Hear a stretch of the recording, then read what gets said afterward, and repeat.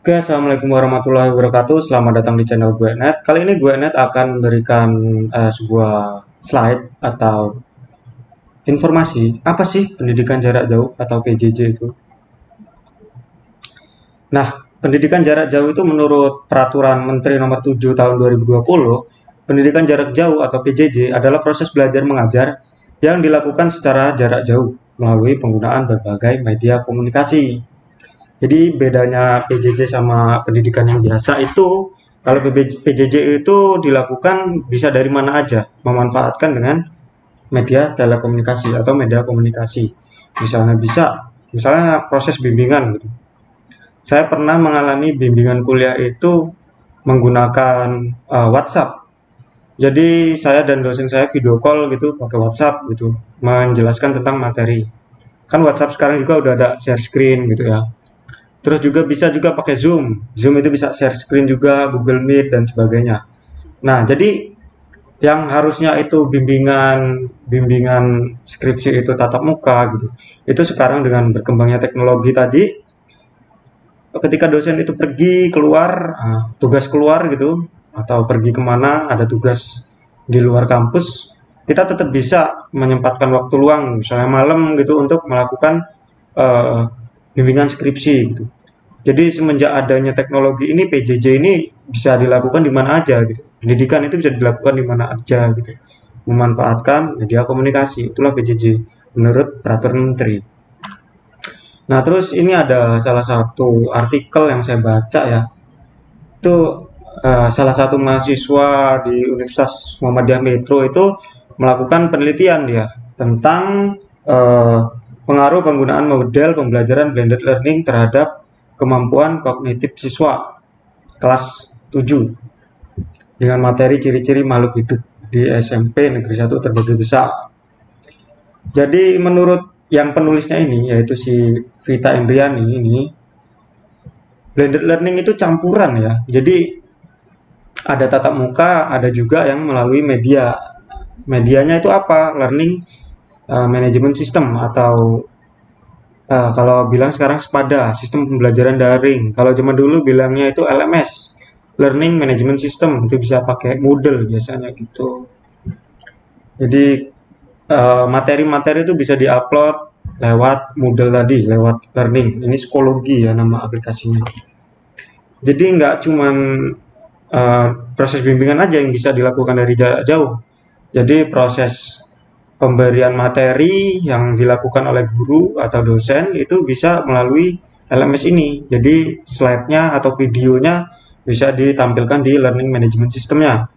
Jadi mahasiswa login atau siswa login ke aplikasinya, nanti dia melihat materi-materi yang di-share dosen di learning management system tersebut. Blended learning itu mencampurkan ya. Jadi mungkin ketika penyampaian materinya di kelas, terus mengerjakan tugasnya lewat media komunikasi lain, misalnya learning management system seperti itu. Selanjutnya ada lagi yang namanya PJJ, pendidikan jarak jauh. Kalau yang tadi sebelumnya itu blended learning, jadi dia misalnya kuliah jurusannya teknik informatika prodinya. Dia melakukan blended learning misalnya 30% online, 70% tatap muka. Itu udah banyak sih kampus-kampus yang melakukan hal itu gitu ya. Tapi ternyata tuh ada juga loh yang program studi itu khusus PJJ. Jadi kemungkinan 90-80% itu dilakukan dengan media komunikasi online gitu ya, atau pembelajaran online lah, pakai PJJ lah, full gitu, penyampaian materi, pengumpulan tugas, diskusi kelas, dan sebagainya macamnya itu dilakukan secara daring menggunakan media komunikasi. Nah itu ketika saya cek ini di websitenya Forlabdikti, itu banyak sekali kampus baik jenjang S1, S2, D3 itu yang membuka program studi khusus PJJ. Jadi kemungkinan tuh 90% tuh online gitu. Nggak perlu datang ke kampus gitu. Belajarnya 90% atau bahkan 100% ke kampus. Saya sendiri lulusan kuliah prodi PJJ gitu. Jadi kalau dibilang materinya nggak dapet, itu tergantung ya, karena di zaman sekarang ini untuk mengetahui sesuatu hal itu nggak sulit gitu, nggak perlu sekolah, nggak perlu kuliah gitu, asal penalaran siswa itu sip gitu, bagus gitu, dia bisa mendapatkan ilmu-ilmu yang bahkan dia tidak pernah mendapatkan ilmu tersebut dari sekolahan gitu. Karena contoh sekarang banyak banget orang bisa ngoding gitu, padahal dia nggak kuliah komputer gitu, nggak kuliah di bidang informatika gitu, tapi dia pinter ngoding gitu. Kenapa? Karena banyak situs-situs yang menyediakan kursus-kursus ilmu-ilmu tertentu. Yang paling marak itu kan yang programming ya, banyak eh, tempat-tempat kursus yang untuk belajar tentang programming, misalnya di coding, terus Gens, terus apalagi banyak lah ya. Nah, terus juga ada juga pembelajaran bahasa, misalnya kayak English course, terus Duolingo dan sebagainya. Itu orang itu bisa belajar menggunakan media komunikasi yang tidak perlu menemukan si siswa dengan gurunya gitu. Banyak juga kan kayak kursus-kursus online itu yang MIT course, terus Coursera, itu banyak sekali ya. Udemy, itu mereka menyediakan kursus-kursus ilmu-ilmu tertentu yang bisa dipelajari tanpa harus bertatap muka. Karena perkembangan zaman juga, karena infrastruktur sudah mendukung, internet sudah lumayan cepat dan murah, HP di mana-mana gitu kan. Jadi orang berlomba-lomba untuk membuat konten dan bisa dibuat sebagai media pembelajaran. Ini kampus-kampusnya itu diantaranya universitas terbuka. Yang kita tahu universitas terbuka itu memang dia itu kampusnya di Jakarta, tapi dia cabangnya di mana-mana. Di setiap provinsi mungkin ada ya. Nah itu mungkin ada yang disebut dengan USBJJ itu, yang sebuah tempat yang menjadi mitra dari universitas terbuka untuk melakukan kegiatan belajar mengajar. Di tiap provinsi, kabupaten mungkin ada ya. Sini, nih di salah satunya nih universitas terbuka, di jenjang S1, nama prodinya pariwisata. Ini udah PJJ. Terus Telkom ini manajemen PJJ juga. Telkom ada juga S1 informatika. Nah ini S2 nih, manajemen, ini informatika nih. Nah ini kampus saya ini, Amikom S2 PJJ Informatika. Kalau dari segi akreditasinya gimana? Apakah diakui negara? Ya ini kan dari Forlab ya, ya jelas diakui gitu.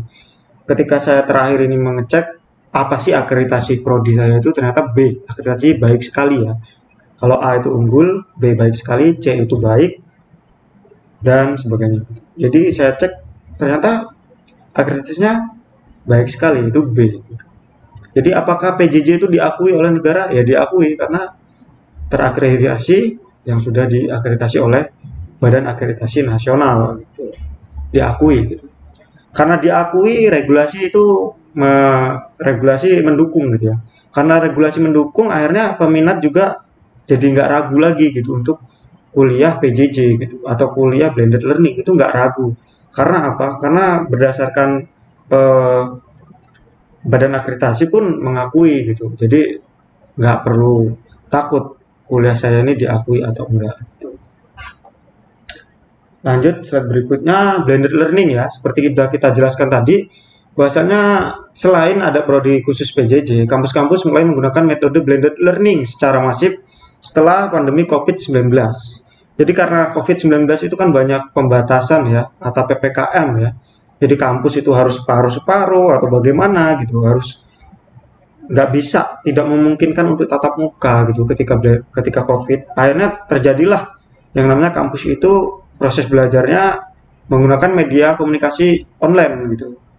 Jadi sebelum pandemi, nah metode blended learning itu sebenarnya sudah ada sebelum pandemi COVID. Dibuktikan dengan penelitian-penelitian tentang blended learning itu dari tahun yang lampau pun sudah ada gitu, blended learning. Istilah blended learning itu sudah ada sebelum pandemi COVID. Namun, penyebab utamanya kenapa semakin marak blended learning ini, semakin banyaknya PJJ ini ya, karena pandemi COVID. Segala macam hal pembelajaran dan bahkan bukan pembelajaran saja, bahwa kayak konsultasi dokter juga udah bisa pakai Halodoc kan sekarang. Setelah COVID itu ya, pokoknya penggunaan teknologi dalam pembelajaran itu semakin masif gitu. Itu salah satu faktor pendukung masifnya pendidikan jarak jauh gitu. Lanjut di slide berikutnya. Nah ini aspek pendukung meningkatnya PJJ nih. Teknologi ya kan, siapa sih yang nggak megang HP sekarang? Siapa sih yang nggak pakai internet? Mungkin kalau tahun-tahun 2012 itu waktu zaman saya kuliah 2012 itu ya kuota mahal gitu. Jadi nggak semua orang bisa mau streaming YouTube semaunya gitu kan. Jadi kita dulu waktu zaman kuliah mau nonton film atau apapun itu harus nunggu paket malam gitu kan. Kan sekarang tuh teknologi udah semakin murah, semua orang semakin mudah dalam menggunakan teknologi ya, mau tidak mau PJJ menjadi tenar, menjadi viral gitu, menjadi sangat diminati gitu kan. Ya, infrastruktur teknologi yang semakin maju, yang tadinya kabel internet pakai tembaga, sekarang udah pakai FO, kecepatan internet juga semakin tinggi, semakin murah harganya, jadi ya mau nggak mau PJJ ini bisa menjadi pilihan yang sangat baik gitu kan. Kalau dulu, waduh, mau online ini, mau download materi berat rasanya kan karena kuota mahal. Nah sekarang murah ya karena infrastruktur teknologinya sudah mendukung ya. Jadi mau nggak mau PJJ ini meningkat. Ya sesuai dengan penjelasan tadi, pandemi COVID itu menyebabkan pembatasan yang tentunya PJJ itu menjadi pilihan utama. Regulasi yang mendukung. Nah, jadi ya karena pandemi tadi, akhirnya PJJ itu mau nggak mau jadi jalan keluar. Akhirnya ya mau nggak mau pemerintah regulasinya membolehkan gitu. Mungkin kalau zaman dulu tabu ya untuk kuliah secara online gitu, tabu sekali gitu. Ya apa dapat materinya? Wong yang datang ketemu aja belum tentu bisa, apalagi yang lewat online gitu kan. Itu kan pemikiran-pemikiran orang-orang yang tidak berpikir maju. Sedangkan pasar atau kebutuhan pasar sekarang itu pengennya yang cepat, yang mudah, mempermudah orang. Orang udah males lah ribet-ribet lagi gitu kan. Lanjut, peranan PJJ dan kualitasnya. Beberapa hasil kajian itu yang saya kutip ini dari Warsita, dia sudah meneliti dari tahun 2014. Jadi sebelum adanya pandemi COVID, pendidikan jarak jauh dapat berbentuk belajar mandiri, belajar kelompok, tutorial, dan layanan bantuan belajar. Nah, kemarin-kemarin tuh cuma bantuan aja loh, sebagai tempat upload materi doang. Tapi sekarang itu udah jadi tempat untuk diskusi juga ya. Hasil kajian menunjukkan bahwa pembelajaran dalam pendidikan jarak jauh menempati posisi dan peranan yang sangat penting gitu. Itu padahal sebelum pandemi gitu. Inti dari pembelajaran adalah bagaimana proses belajar itu terjadi pada diri peserta didik. Nah, jadi ketika materi sudah diupload tuh kan kalau di kelas kan mereka harus memperhatikan dosen tuh. Ketika PJJ kan terserah mahasiswa mau download mau baca kan kita nggak tahu gitu, nggak bisa ngukur gitu. Kita nggak bisa melihat aktivitas mahasiswa di rumah setelah kita melakukan upload materi itu, gitu kan. Jadi pengawasannya itu agak kurang. Jadi itu tergantung peserta didiknya sendiri. Apakah dia punya niat belajar? Kalau dia punya niat belajar dengan materi yang telah diberikan dosennya, mungkin dia bisa bagus gitu. Kalau dia cuma sebagai mengerjakan tugas sebagai melepas kewajiban doang ya mungkin ya gitu-gitu aja gitu. Itu tergantung peserta didiknya sih. Oleh karena itu pembelajaran merupakan proses interaksi peserta didik dengan pendidik dan sumber belajar gitu. Kembali lagi ditekankan proses interaksi. Jadi ketika dosen memberikan materi itu apa sih yang dilakukan peserta didik itu? Apakah dia antusias ataukah dia hanya ingin menyelesaikan tugas saja gitu, nggak antusias dengan tugas itu. Kelebihan dan kekurangannya apa? Kelebihan PJJ dapat belajar dimanapun tanpa dibatasi jarak, ya fleksibel gitu. Mau kamu sambil tiduran, kalau di kelas nggak mungkin mau tiduran. Mau sambil koloran, bebas gitu, fleksibel. Saya sendiri yang dulu kuliah itu PJJ, itu saya kadang kan sambil pakai celana pendek gitu. Terus kalau lagi mau merokok, mau makan, mau minum itu ya matiin kamera, merokok, minum gitu aman gitu, gak kelihatan. Tapi esensi dari belajar itu kan tetap nggak hilang. Kita bisa kan mendengarkan kajian atau mendengarkan tutorial dengan sambil makan, sambil ngerokok, itu bisa. Cuman kalau itu dilakukan di kelas kan nggak bagus gitu, bisa mengganggu orang lain gitu. Tapi kalau di rumah sendiri, di rumah masing-masing gitu, itu lebih fleksibel belajarnya, lebih enak. Kekurangannya infrastruktur teknologi. Kenapa? Infrastruktur teknologi itu nggak merata loh. Misalnya kayak saya ini, teman saya itu ada yang di Papua, ada yang di Medan, ada yang di Solo, gitu. Jadi infrastruktur teknologi antara di Solo dan di Jayapura atau di Merauke atau di ujung Indonesia Timur itu kan pasti berbeda gitu. Jadi kendala infrastruktur teknologi itu yang harus bisa diselesaikan gitu ya. Kekurangan PJJ juga tentang monitoring gitu. Monitoring mahasiswanya itu gimana gitu. Kalau misalnya di kelas, misalnya dia karena kendala infrastruktur tadi ya, bisa aja dong saya itu ketika Zoom, saya bilang mohon maaf, koneksi saya buruk, izin matikan kamera. Oke, dosen memberikan izin untuk mematikan kamera. Tapi kan dosen jadi nggak tahu tuh, apakah kita memperhatikan dia atau tidak. Atau jangan-jangan kameranya dimatiin, dia tidur, nggak mendengarkan dosen. Yang penting hadir aja gitu. Nah, itu kekurangan dari PJJ itu. Kesimpulannya adalah, ini kesimpulan, PJJ itu menjadi keharusan yang dilakukan di era disrupsi teknologi ini ya. Kalau kita nggak mau berjuang untuk merubah cara belajar kita atau cara pembelajaran instansi kita, itu kita bakal tergerus. Banyak kan kayak kursus-kursus bimbel-bimbel itu yang tertutup, bukan tertutup ya, terpaksa tutup atau kehilangan minat gitu. Tempat-tempat bimbel itu karena orang lebih senang pakai pembelajaran daring gitu, Genius, terus apalah yang kursus-kursus online itu kan banyak ya. Genius yang saya tahu sih. Selain yang itu kan banyak juga gitu. Jadi mau nggak mau tuh kita harus berubah gitu loh. Karena masyarakat juga pola pembelajaran masyarakat yang berubah itu ya kita harus berubah juga gitu. Salam. Mana? Jadi semakin berkembangnya teknologi itu PJJ itu menjadi semakin diminati. Ditunjang lagi regulasi tadi yang Menteri atau Kemendikbud sendiri sudah mengakui adanya prodi PJJ itu tadi. Prediksi ke depan itu kampus yang masih menggunakan metode tradisional yang nggak mau berubah ke PJJ itu atau nggak mau nambah-nambahin ke blended learning itu akan kehilangan minat ya. Jadi ya dia bakal kalah sama pesaing-pesaing yang sudah lebih dulu membuka PJJ ya. Terus perlu adanya quality control yang baik untuk menjaga penyalahgunaan PJJ. Jadi jangan sampai ada kampus yang cuman PJJ itu ya cuman masuk absen gitu kan. Jadi harus ada tuh bukti-bukti pembelajarannya gitu.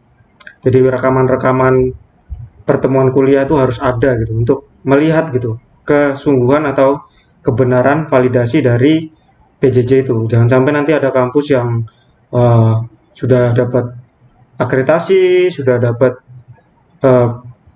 pengakuan gitu kalau dia boleh membuka prodi PJJ, tapi malah disalahgunakan untuk menjual ijazah gitu kan. Jadi orang cuma daftar, bayar, nggak pernah belajar, nggak pernah dapat materi, tahu-tahu lolos gitu, jual beli ijazah doang. Itu jangan sampai terjadi gitu ya. Terus di slide terakhir ini ada referensi beberapa kalimat-kalimat ini dikutip dari Permendikbud nomor 7 tahun 2020, terus UM Literasi ID, model pembelajaran blended learning, terus dari Warsita, pola kegiatan pembelajaran dalam pendidikan jarak jauh, dan dari Kemendikbud ya, Forlabdikti Kemendikbud tentang prodi-prodi yang PJJ tadi. Sekian penjelasan dari saya, semoga bermanfaat. Sampai jumpa lagi di video selanjutnya. Bye-bye.